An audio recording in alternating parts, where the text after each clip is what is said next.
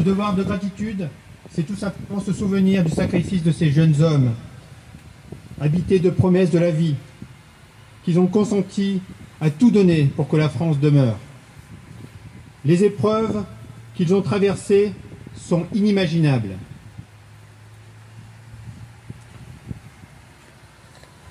Pour nous en imprégner, laissons la parole à un témoin, le général de Castelnau. Leur vie, c'était marcher, marcher, encore marcher, même à demi-mort de fatigue, trempé jusqu'à l'os, transi de froid et bien puisé de la chaleur, de la soif, dans l'air embrasé d'une journée torride. Gravir la pente du terrain, sous le lourd fardeau du sac, charger la baïonnette au canon dans le sifflement des balles, le crépitement des mitrailleuses et le mugissement des obus. Combattre le jour, combattre la nuit, veiller toujours. Mourir obscurément dans le sillon à un labour. Le devoir de lucidité, c'est de ne pas oublier que 21 ans après, les canons se tuent. Il a fallu alors reprendre les armes en 1939. La conjonction de la lâcheté, de l'aveuglement ont transformé la DER en armistice de 20 ans. Pour reprendre les mots du maréchal Foch, à l'heure de la tragédie de la guerre, a fait un grand retour en Europe.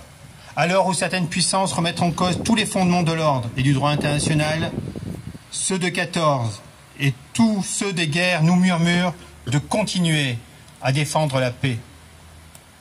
Le devoir d'espérance, c'est de ne jamais douter des ressources de la France, de venir à bout des défis qui se présentent à elle.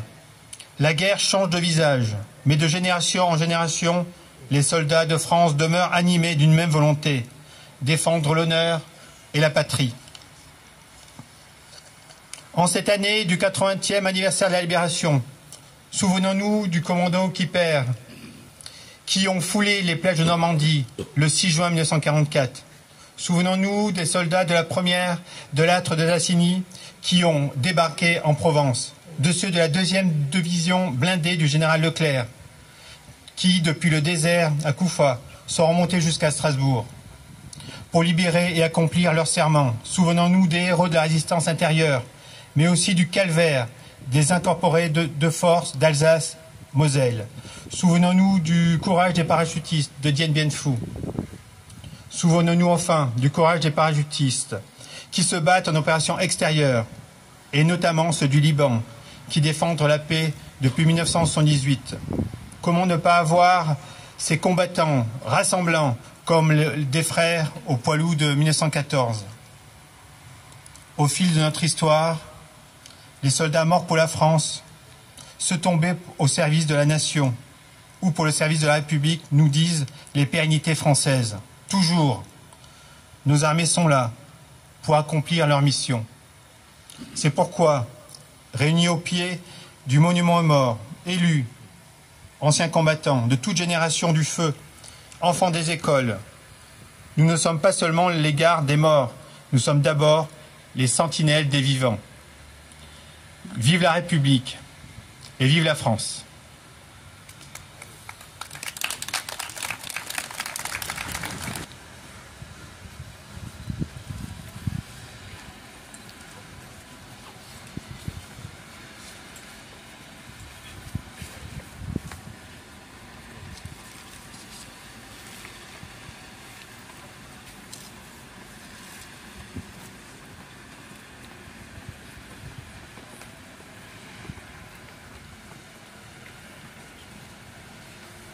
Aux morts!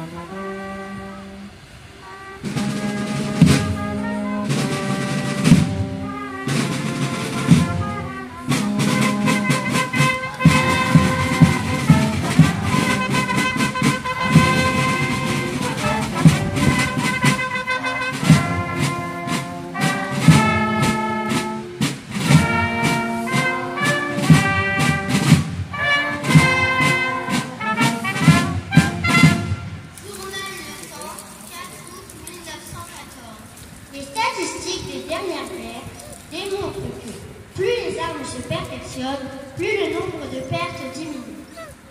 Journal Le Matin, lettre du front, 15 septembre 1914. Leur artillerie lourde et comme eux, elle n'est que bleue. Leurs projectiles ont très peu d'efficacité.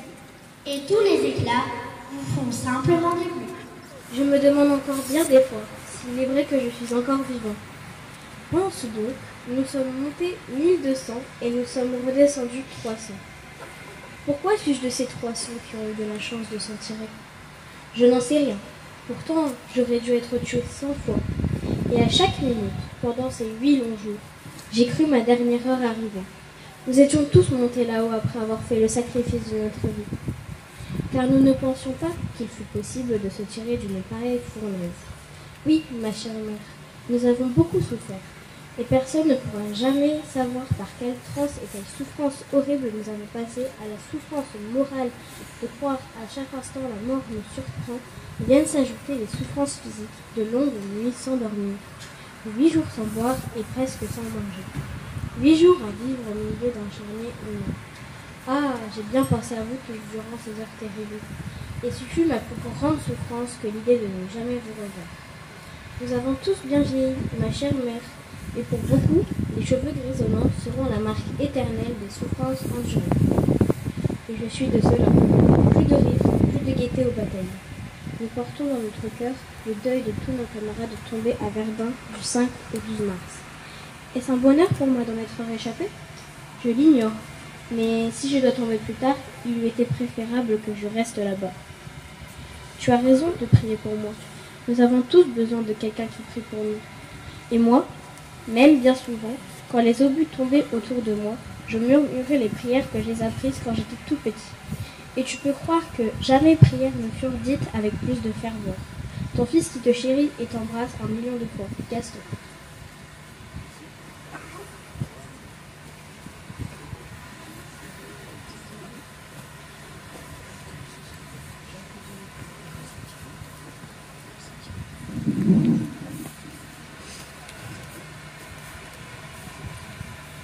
Lettre d'Albert Després, enfant, à son père, soldat sur le front, 10 mai 1918. Mon cher petit papa mignon, nous nous inquiétons beaucoup, car depuis le 27 avril, nous n'avons plus de nouvelles de toi, mon petit papa mignon. Ce matin, j'ai fait 2 dessins que je t'envoie. C'est un général et une vache en train de manger. Aujourd'hui, la bonne s'en est allée ce matin, car sa mère s'en va dans le midi et elle s'en va avec elle. Il y a la mère Brinou en train de laver la vaisselle. Je t'envoie une fleur. Reçois de ton cher petit gars les meilleurs baisers du plus profond de son petit cœur. Albert. Le père d'Albert, 37 ans, tué le 21 avril, ne lira jamais cette lettre.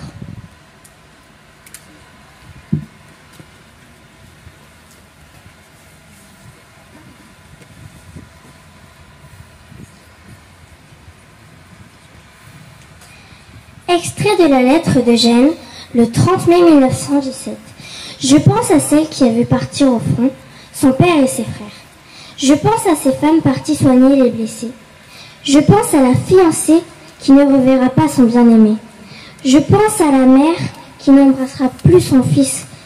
Je pense à celle devenue trop tôt, veuve devant son nourrisson. Pourquoi ces guerres qui tuent des pères? Pourquoi ces guerres qui tuent des frères? Le chagrin dresse les murs d'une prison.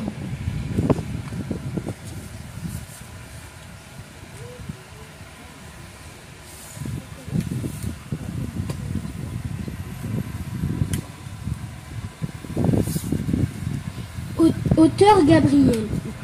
Vendredi 29 novembre 1916 à Verdun. Ma chère femme, toi et les enfants me manquaient énormément. J'espère que vous allez bien, ici. C'est épouvantable. Il fait froid, il pleut, on vit dans la boue, on ne dort pas à cause des bombardements. Il y a au minimum 7000 morts et 400 blessés. Je ne peux même pas me laver. Cela fait 2 ans. On ne mange presque pas. Je n'écris plus de poèmes et je me bats toute la journée. Et si je n'obéis pas, le général peut me tuer. Je voudrais tellement être à tes côtés. J'espère te voir bientôt. Ton mari qui t'aime, bisous les enfants. Henri.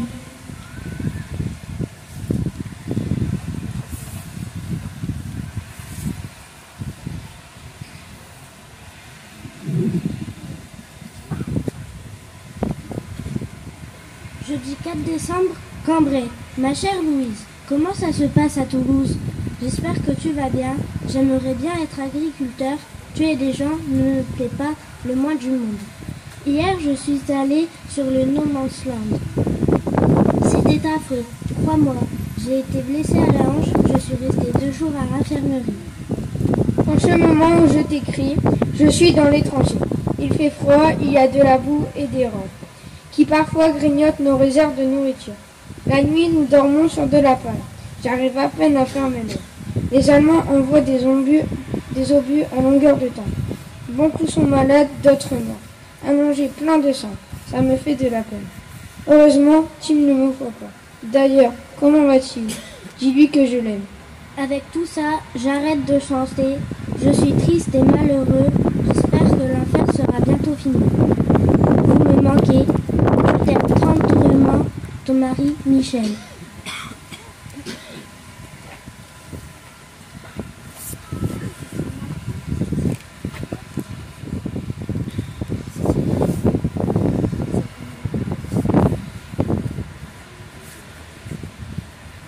Soldats, écoutez donc, écoutez le silence, plus aucun bruit d'obus.